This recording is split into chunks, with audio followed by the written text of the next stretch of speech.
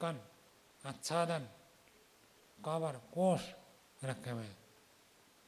उस आनंदमय कोष के अंदर जीवात्मा है, वहां से भी आपको अलग जानना पड़ेगा।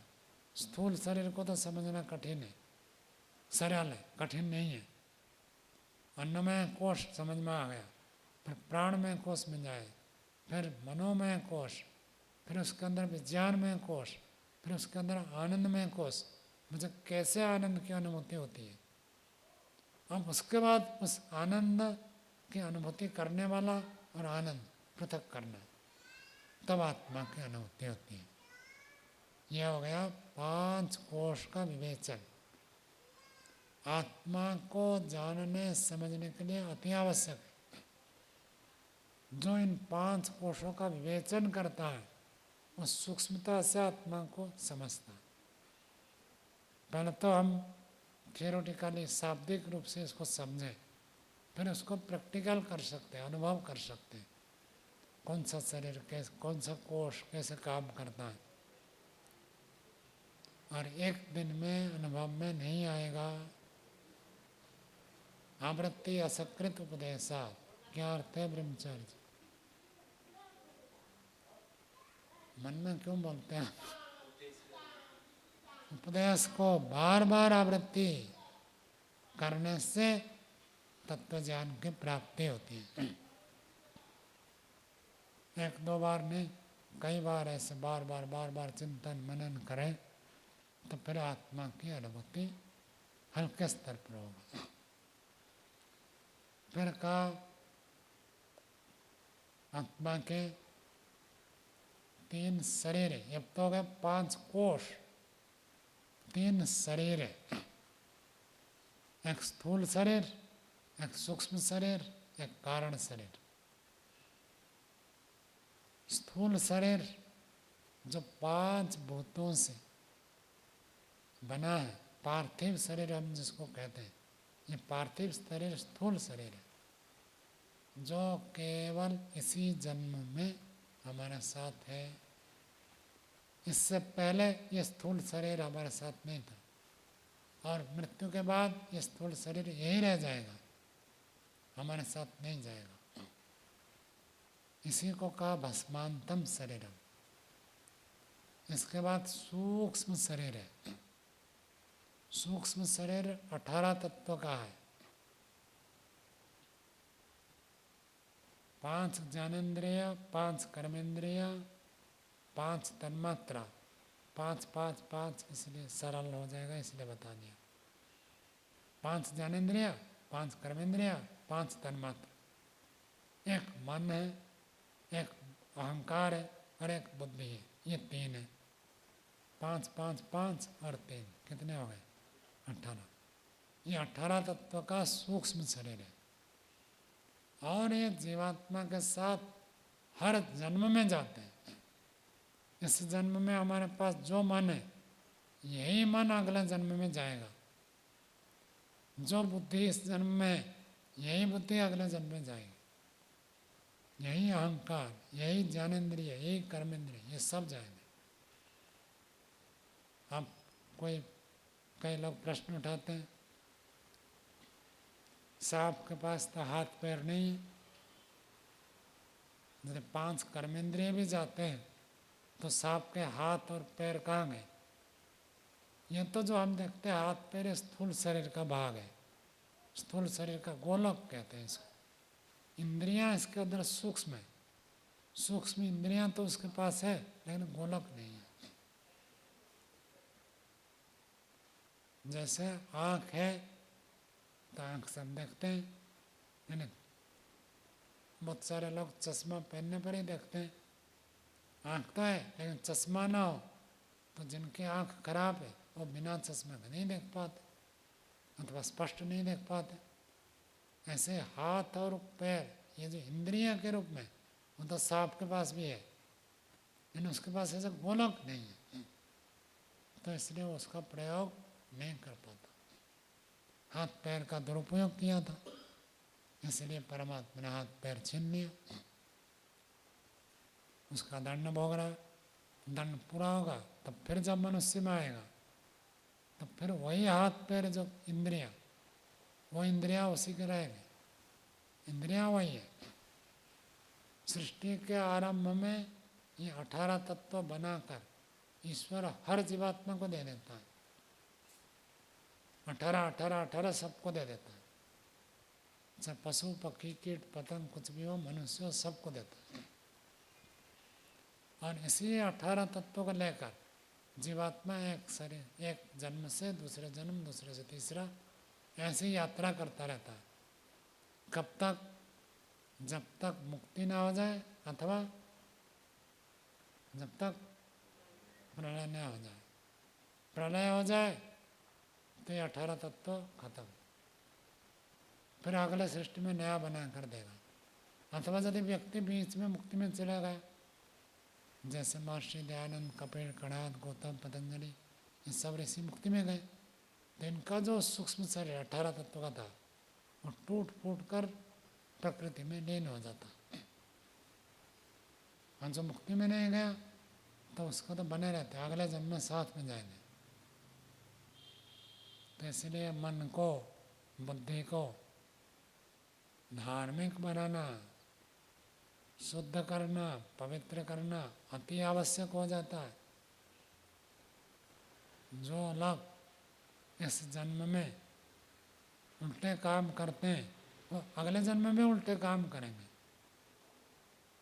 जो लोग इस जन्म में सत्संग में रुचि नहीं लेते वो अगले जन्म में भी अरुचि होगी, क्योंकि यही मन है, यही बुद्धि तो जाएगी। तो फिर उनकी मुक्ति कैसे होगी? कई जन्म, बार बार जन्म मरण चक्र में जाएंगे, बार बार मार खाएंगे, सीखेंगे। एक व्यक्ति का हाथ जल गया, बुद्धिमान व्यक्ति होता है वो देखकर सीख जाता है, वो हाथ नहीं डालेगा। और दूसरा व्यक्ति जिसकी बुद्धि नहीं है वो हाथ डालेगा, जलेगा, तब सीखेगा। ऐसे संसार के एक एक व्यवहार, एक एक प्रयोग में जब व्यक्ति मार खाता है, दुख भोगता है, कष्ट उठाता है, तब उसको विवेक होता है, अरे ये तो गलत है, ये नहीं करूँगा। लेकिन इतना सहज नहीं है, माया इतना प्रबल है। एक बार मार खाने के बाद भी दोबारा व्यक्ति वही गलती करता है। क्यों? जो दुख होता है भूल जाता है, सुख को याद रखता है। माया शब्द ज्ञान माचे, ज्ञान, और ज्ञान में मिथ्या ज्ञान उपनिषद में भी आता है, योग दर्शन में भी आता है, और वेद मंत्र में भी आता है। माया का पर्यायवाची शब्द ज्ञान। वो कैसा ज्ञान है? फिर वो व्याख्या। तो मिथ्या ज्ञान को माया कहते हैं। माया तो प्रकृति मिथ्यात्, मायनम तो महेश्वरम। ये स्वतः स्वतः उपनिषद में आता है। माया जो है प्रकृति है, और मायनम, मायानम अर्थ मायापति, मायापति परमेश्वर है। प्रकृति माया है, और प्रकृति ऐसे आकर्षित करती है, व्यक्ति एक बार भोगा, मार खाया, फिर कुछ दिन के बाद भूल जाता है, फिर ही रुचि होती है। एक बार व्यक्ति कुछ गलत खा लिया, रोगी पड़ा, अब बुद्धिमान व्यक्ति हो तो रोक देगा, नहीं तो कुछ दिन के बाद फिर करता है, फिर रोगी पड़ता है, बार बार रोगी पड़ते हैं। माया का आकर्षण बहुत अधिक है, उसकी चर्चा फिर कभी करेंगे। अब तो इतना समझता कि 18 तत्व का ये सूक्ष्म शरीर है, जन्म जन्मांतर हमारे साथ जाता है। इसलिए इस जन्म में जैसे संस्कार बनाएंगे वही संस्कार अगले जन्म में जाएगा। इस जन्म में गणित में रुचि है, अगले जन्म में होगा।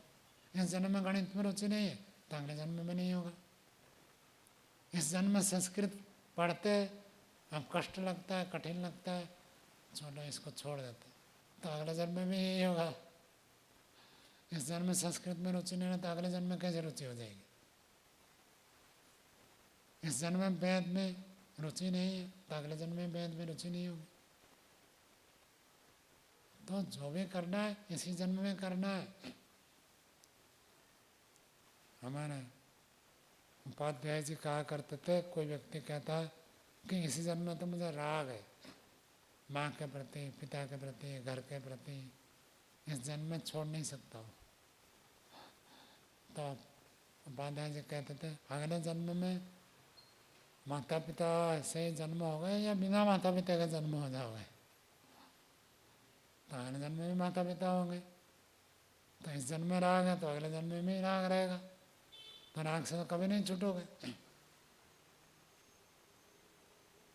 तब संसार के सब वस्तुओं को प्रयोग करते, जो कल हमने विचार किया था, प्रयोग सबको करना है, व्यवहार सबका करना है, लेकिन मानना ईश्वर का है।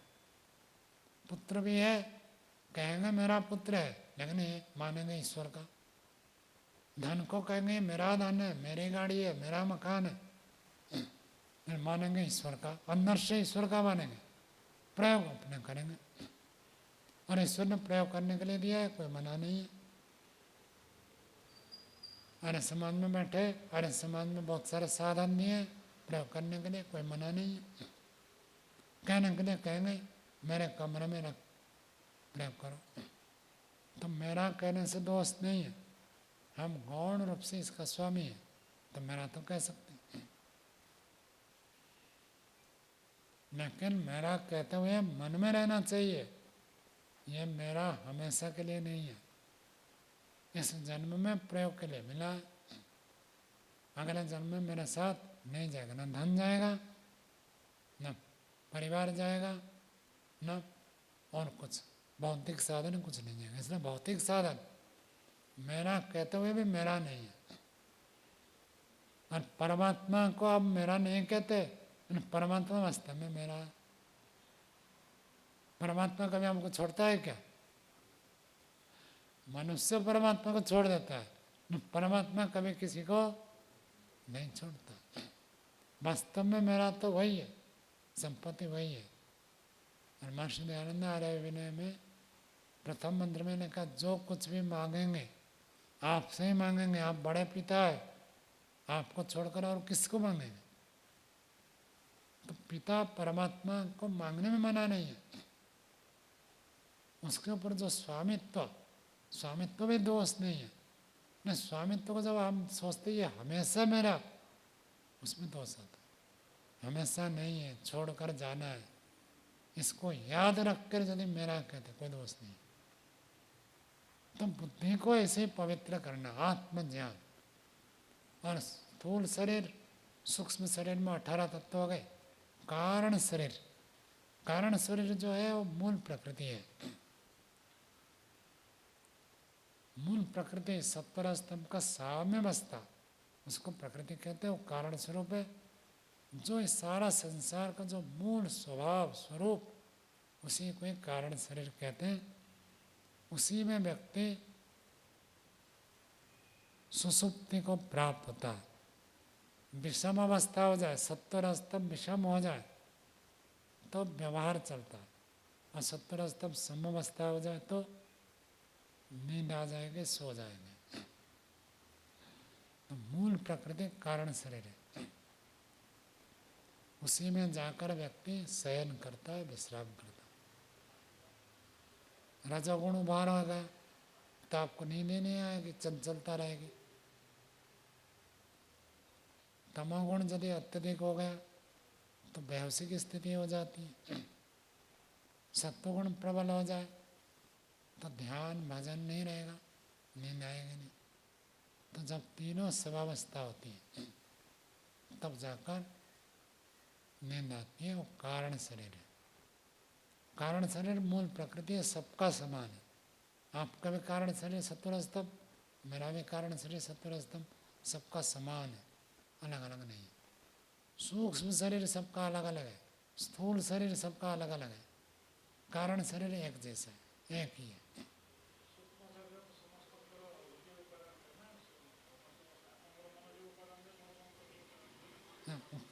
एक जैसे है लेकिन एक नहीं है। आपका मन उसी रॉ मटेरियल से बना, मेरा भी मन नहीं, उस मन में आपने क्या भरा। जैसे वो लोग आए थे, अतिथि लोग, तो उनको सबको पहले खाली प्लेट परोस दिया। अब खाली प्लेट के बाद प्रसाद लाए थे 7 पे, इतना इतना सब पहले लाए थे। किसी ने चावल लिया, दाल ली, सब्जी ली, किसी ने खट्टा लिया ही नहीं, किसी ने खीर खाई नहीं। तो थाली तो बराबर है, उस थाली में आप क्या भरते हैं? हाँ, वही सब संस्कार। बुद्धि में कोई इंजीनियरिंग पढ़ता है तो उसकी बुद्धि में इंजीनियरिंग है, कोई डॉक्टर पढ़ता है तो डॉक्टर ज्ञान उसकी बुद्धि में, सबका अलग अलग है। पात्र बराबर है, लेकिन उसमें हमने क्या भरा है वो अलग अलग है, तो उस रूप में अलग है।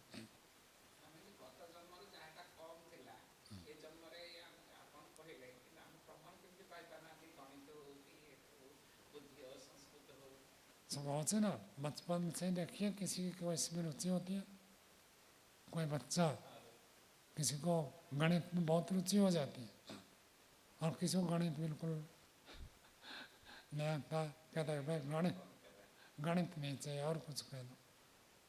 छोटे बच्चे पूरा गीता के 700 श्लोक याद करके सुना देते हैं। वो कैसे हो गए? हम और आप याद करेंगे तो समय लगेगा, छोटा बच्चा कैसे याद कर लिया? पूर्व जन्म के संस्कार है, उसके बिना हो ही नहीं सकता।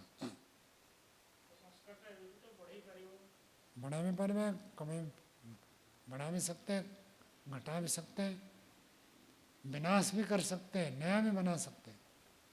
अब आध्यात्मिक संस्कार है ही नहीं, सत्संग में आता ही नहीं, तो बार बार विचार करेगा तो संस्कार बनेगा। ये संस्कार बनाए भी जाते, नष्ट भी किए जाते हैं। अब अगला जाएगा, यदि आपने नष्ट नहीं किया तो अगले जन्म में जाएगा, नष्ट कर दिया और नहीं जाएगा। मान लीजिए कोई मांस खा रहा था, चोरी कर रहा था, और सत्संग में आने के बाद उसको होश आया, अरे मैंने तो गलत किया, तो अब ऐसे बन गया दृढ़ कि चाहे प्राण चले जाए मैं ये गलत काम नहीं करूँगा, तो उसको कहते संस्कार पक्का हो गया, वो अगले जन्म में नहीं करेगा, वो गलती नहीं करेगा। ऐसे ही किसी ने संकल्प कर लिया उपासना के बिना पानी भी नहीं पीऊँगा, सुबह उठते पहले परमात्मा का नाम लूँगा फिर पानी पीऊँगा, ये अच्छा संस्कार है, तो अगला जन्म में प्रबल होकर जाएगा। तो ये सब साथ में जाते हैं, जिसको नष्ट कर देते हट जाता है, और जिसने सारे बुरे संस्कार को नष्ट कर दिया,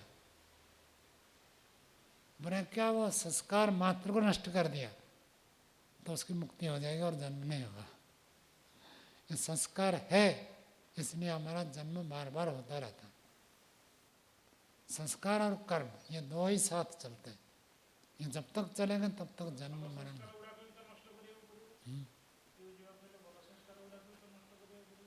वो अपने आप हो जाएंगे, उसके लिए चिंता की जरूरत नहीं है। मान लीजिए कोई व्यक्ति दान दे रहा, तो उस दान देने के संस्कार को नष्ट करने की जरूरत नहीं है। वो कहते हो दान देना उसको मुक्ति की ओर ही बढ़ाएगा। योग दर्शन में इसकी चर्चा की है, पहले पाद के आखिरी सुखे तज्जा संस्कार अन्य संस्कार प्रतिबंधी। ऋतम ब्रह्म प्रज्ञा उत्पन्न होती है, और ऋतम ब्रह्म प्रज्ञा से नए नए संस्कार उत्पन्न होते हैं, और वो जो नए नए संस्कार होते हैं तज्जा संस्कार अन्य संस्कार, वो संस्कार अन्य संस्कारों को प्रतिबंध करता है। जब ऋतम ब्रह्म प्रज्ञा होती है, समाधि के संस्कार उत्पन्न होते हैं, सारे बुरे संस्कार कुचल देता है, मार देता है, भस्म कर देता है। तो फिर कहा वो संस्कार फिर क्या हो गए? कहते तस्यापि निरोधे सर्व निरोधात् निर्विज समाधि। उसको भी जब रोक देगा फिर निर्विज समाधि हो जाता है। जैसे किसी के प्रति राग हो जाए तो मुक्ति में बाधक बनेगा। अब कोई व्यक्ति गुरु के पास जाता है, गुरु के प्रति भी तो राग हो सकता है। यदि सच्चा गुरु है तो गुरु ही उसके राग को हटा देगा। तो इसलिए गुरु के प्रति यदि राग है तो हानिकारक नहीं होगा। लेकिन गुरु सच्चा होना चाहिए। स्वार्थी हो तो फिर तो क्या, यदि गुरु सच्चा गुरु है तो आपका उस गुरु के प्रति राग है तो राग को विनाश करेगा, तो आपको उसके लिए चिंता करने की जरूरत नहीं।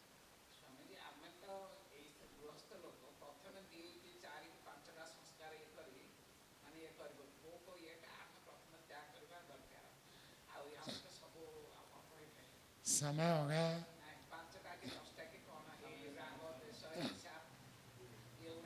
कल आपको बता, किसी की सी शिफ्ट हो गई तो कल फिर बता देंगे क्या हमको प्राथमिक रूप से क्या करना है, कैसे आध्यात्मिक यात्रा शुरू करना है, तो वो बता। ठीक है, आज थोड़ा समय हो गया, यहीं पर विराम देते हैं।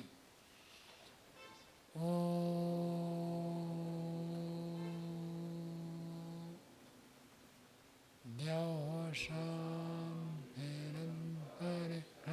शान्ति पृथिवी शान्तिरापः शान्तिरोषधयः शान्तिः वनस्पतयः शान्तिर्विश्वे देवाः शान्तिः शान्तिः सर्वं शान्तिः शान्तिरेव शान्तिः सामा शान्तिरेधि। ॐ शान्ति शान्ति शान्ति।